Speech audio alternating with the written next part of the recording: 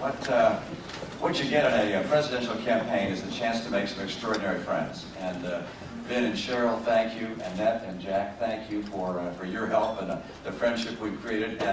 And Tim Pawlenty, over the years, Tim and his wife Mary, and I just met one of his daughters today, beautiful young woman. One of the highlights of my career as the governor of the Commonwealth of Massachusetts was getting to know Tim Pawlenty. We would exchange notes on what things he was doing and how he was having his battles. We were always explaining that the other guy had it tougher. And he'd talk about how tough it is here given your legislature. I talk about my statistics. There are a lot of Democrats in Massachusetts. You may have heard that. We have 160 state reps in Massachusetts, and 19 are Republican. 160. We have 40 state senators. 5 are Republican, and so it is a battle. And we would compare notes. And you know what's remarkable is that you are so lucky to have Tim Pawlenty as your governor, a person who stands up for the people of this great state.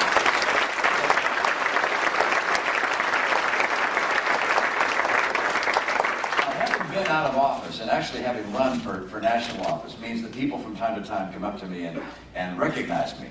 But they don't always know how they recognize me. And so the cases of mistaken identity, I begin writing down because they're so much fun. I was in the airport at Newark and getting ready to fly to Boston, and the people in the lobby there recognized me as the old governor, literally and figuratively, and I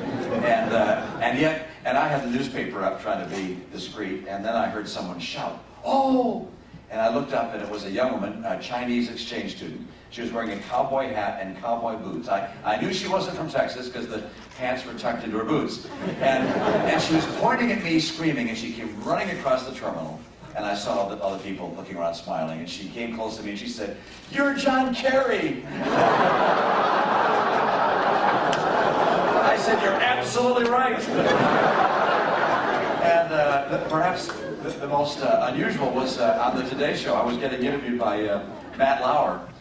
Early half hour on the Today Show. I was in Boston, Faneuil Hall Marketplace, outdoors. They had outdoor lights, a lot of things strung around, and the advance guy that was with me, Will Ritter, was holding my things, and I was being interviewed. This woman came up to him, and the crowd sort of watching us, and she pointed at me and she said, "Is that Barack Obama?" I sometimes wonder how people can be so clueless, but I have fallen prey to the same cluelessness myself. After the presidential race was over, my wife and I went to Beijing to go to the Olympic Games there and to see some of our favorite events. I went to one of my favorites, women's beach volleyball, and insists I go.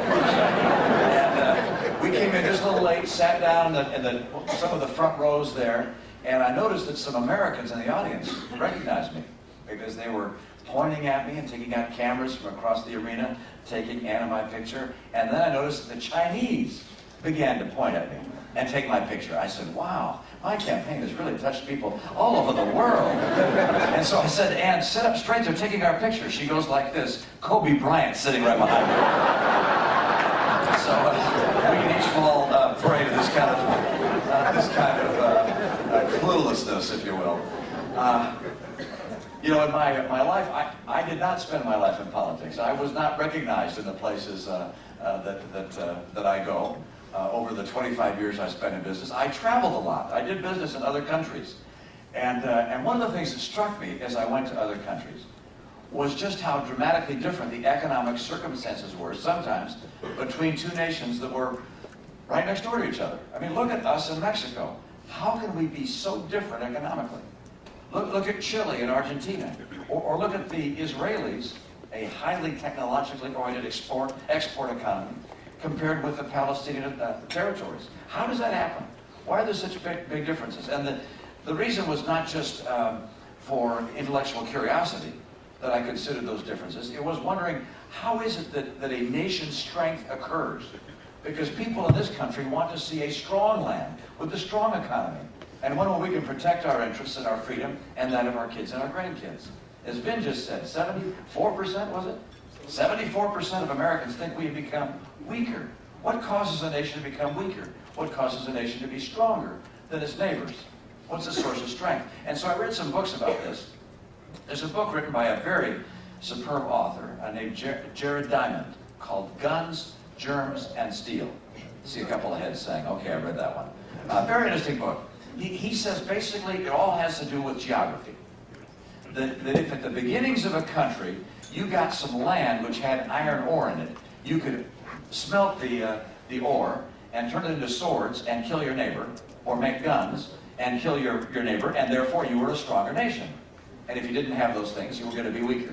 He also said if the land you had germs in it, like malaria and yellow fever, you'd have a hard time ever becoming a great nation because of short lifespans. He pointed out that if your geography had a lot of rivers, that you had the ability to trade easily, and that would build up your economy, and you'd be a stronger nation than those that didn't have rivers. So you know, as you finished the book, you said, well, that was pretty compelling, but it doesn't seem to explain everything.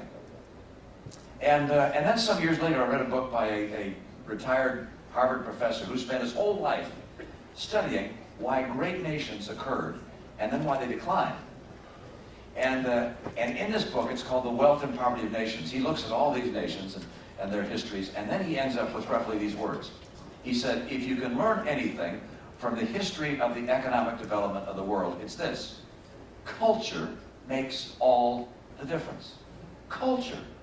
What people believe. I'm not talking about what kind of clothes they wear, the food they eat. I'm talking about, do they value honesty, integrity, do they work hard, and so forth. You think about America's culture. That is what made our country what it is. Now, you may have your own mind as to what is distinct about our culture. Americans like hard work. That's one aspect. I was in Iowa selling books a couple weeks ago, and a guy came up to me and said, you know, I'm happy to be here. My dad can't be here. Will you sign a book for him? Sure. Where's your dad? Oh, he's getting ready to plant the corn. I said, how old is he? He said 90. We like hard work. He said, don't worry though, his brothers are helping. One's 88, one's 92. It's just in our nature. We like hard work. We value education. Think of the education culture in this country. From the very beginning of our land, we said we want institutions of higher learning. We have the best colleges and universities in the world. The GI Bill and the fact that women went back to work during the Second World War, those things combined to create such economic power and innovation that propelled us, I think, to the great success we have today. We're resting on the laurels of greatly educated, great generation individuals who are our parents in many respects. We're a patriotic people. That's a good aspect of what we are as a nation. We love this country. We are by and large a country that believes in God. And even those that don't believe in God typically believe in something greater than ourselves and will sacrifice. We are a people who are inspired by the call to sacrifice for great causes, particularly our country. We're a nation that of risk takers, pioneers, innovators. It's a big part of the American spirit. You think about sort of the DNA of America. It began with the settlers who came here. I simply can't imagine people leaving Scandinavia and Western Europe and other parts of the world and giving up the security they had, what security they may have had, getting on a little tiny ship where a lot of them would die getting here, coming here, not knowing what the Native Americans might do when they got here. A lot of them dying here. In order why? Why would they do that? For opportunity. For the chance to pioneer and to innovate, to create for themselves a better future. That's what brought them here. It's in our DNA. And then the founders had a choice. They could have chosen to follow the King of England or to create a great and strong central government that would direct each of us as to what we should make, where we should send it, how much we get paid for it, how much to tax us. Instead, they said, no, we're going to let people pursue the dreams of their own hearts. And by virtue of making that choice, to not have the king as sovereign or the government as sovereign, but the individual as sovereign, the citizen as sovereign, they changed history here and around the world. And everyone in the world who sought opportunity, who wanted to be a pioneer, came here to this country. That's who we are. And what worries me right now is that Washington today, more than I've seen during my lifetime, in fact, Washington over a long period of time, is smothering the spirit of America. That which makes America, America. And we must not let it happen. We've got to